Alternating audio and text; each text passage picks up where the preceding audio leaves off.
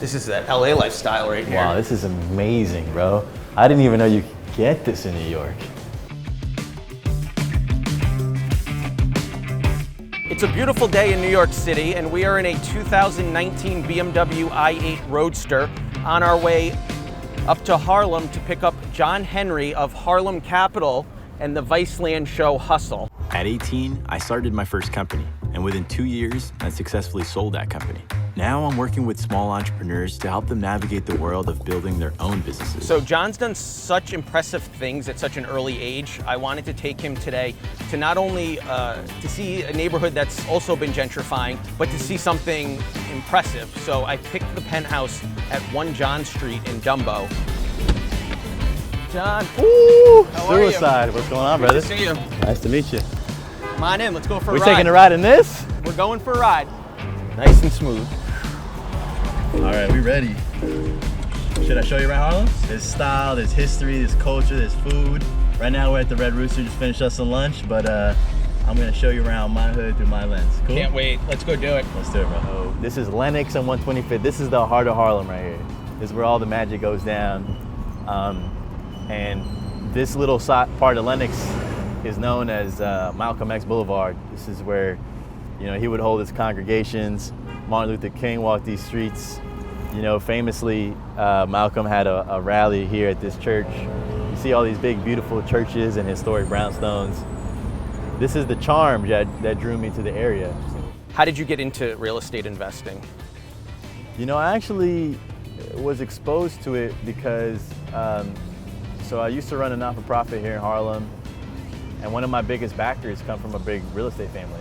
They started kind of, you know, they started having me hang around a little bit more, and, you know, it was through osmosis. Just by proximity, I started picking up the power of being in real estate. You know, you own assets you can pass on to your family. So that was really attractive to me. I really learned a lot by just going and looking at property, actually. I just went to all these properties that I couldn't afford and pretended like I had money. Appreciate that. I pretended like I had money, man. Yeah, man, I found my market. Over time, it was gradual. I found the property. I didn't have all the money myself, so I put up some of the bread, and then I learned to raise capital because I learned that people sit on money. There's a lot of people who have a little bit of money sitting in their bank accounts, and that money's sitting idle. And they want to maybe invest, but they just, you know, they don't know how to do it. Well, the thing is, when you start, you also don't know how to do it. But I'm big on this in real estate. If you're going to be the brokest partner in the deal, you got to be the smartest partner in the deal. You got to have leverage somehow, you know? So this is, you know, what they call Restaurant Row in Harlem right now. It's where a lot of the new construction is, a lot of, you know, the restaurants and bars and all this other stuff is hanging out down here. The Circa project is doing fantastic. Yeah, it set the record in Harlem. Yeah, they did. $7 million condo. Yeah. I mean, if you think about it, some of the most expensive real estate is on Central Park West, Fifth Ave, and Central Park South. So why wouldn't it be on Central Park North? Yeah. It seems like a great place to put your money because it's gonna just keep rising. There's no way it won't. There's no way it won't. I can't wait to put this thing on the highway. Yeah, let's do it. Sport, boy. Wow, look at this, man. This is New York City right here. Yeah. So what are your thoughts on gentrification? It's a mixed bag, and people are all over the place with their thoughts. Yeah, no, that's a good question. I've begun to develop a thesis around gentrification, and that is, to me, the remedy, right? The way you can have best of both worlds, the way you can have your neighborhood develop and all the good things that come with additional money flowing into the area, and also not be priced out, is you have to build equity in your town. Because when you have ownership, you have a say-so. When you have ownership, as the prices increase, so too does your equity. So you have, you know, more means by which you can help others. If you have a big multifamily building, you can be more favorable to your tenants if you'd like, and, you know, it gives you the options. So to me, equity is empowerment. Equity is the fix to generation. Equity is the fix to the, you know, the gap, the disparity between, you know, different communities and how much historically has flowed to where. Gentrification is a double-edged sword. People always seem to be yearning for the good old days, no matter what it is. I mean, I even find today as I get older, I look at music, and today's music just doesn't do it for me. You want the stuff that you grew up on, and for me it was the mid-90s. Totally. That's the good stuff. Does that ever stop, right? No, I think that's just life. You're never content, and when you were younger, those were the good old days, and that's what people yearn for. But with gentrification, you know, I'm working on some townhouse deals now where they're Fort Greene, 3 families. The owner has owned them since the 90s in some cases. Wow. We have buyers looking to turn them into a single family. And the buyer bought them for, you know, $100 grand, and now we're talking $3.5 million. Wow. So while it does change the face of the neighborhood, it also allows the buyer that was, you know, maybe just an hourly worker that was fortunate enough to buy the home at the right time 30 years ago, and now that's his retirement. He can cash out and go to the islands with, you know, after tax, $2.5 million or whatever it is, and no, that's the bright side of gentrification. No, that's a good point. And I think your guy who you're talking about who bought in the 90s, you know, he put together 100 grand to buy, or 20 grand with the down payment or whatever it was.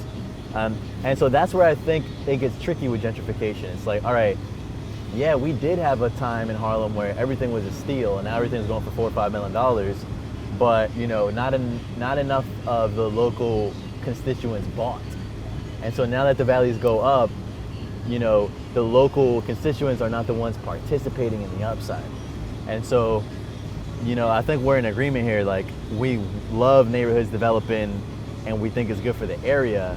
And as long as there's a healthy mix of whom is benefiting from it, then, you know, then I think it's okay. So we're in Dumbo now, which is another neighborhood that has just seen an unbelievable change over the past 15 years. You know, at the turn of 2000, all the buildings were abandoned factories, and now we're seeing developers come in and either retrofit the factories into lofts or build ground up construction where we're seeing prices fetching, you know, $2,500 a foot.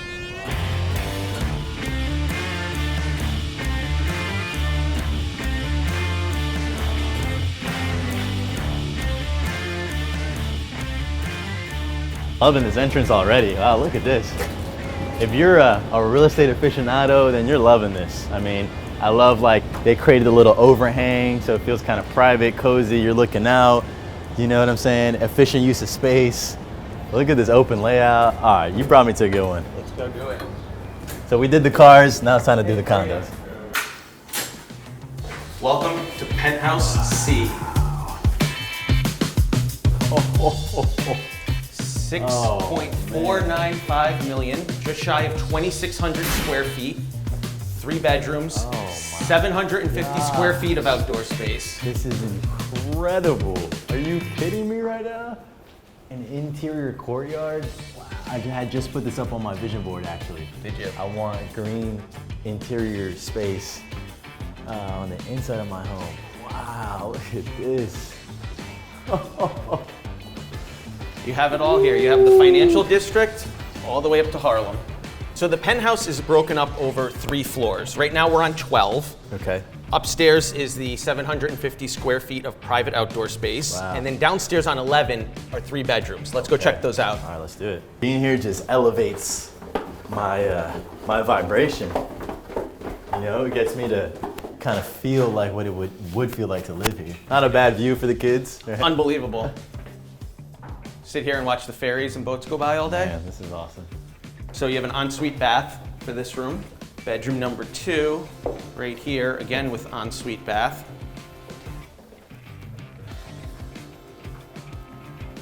Just incredible. You got any chords in you? That's horribly out of tune.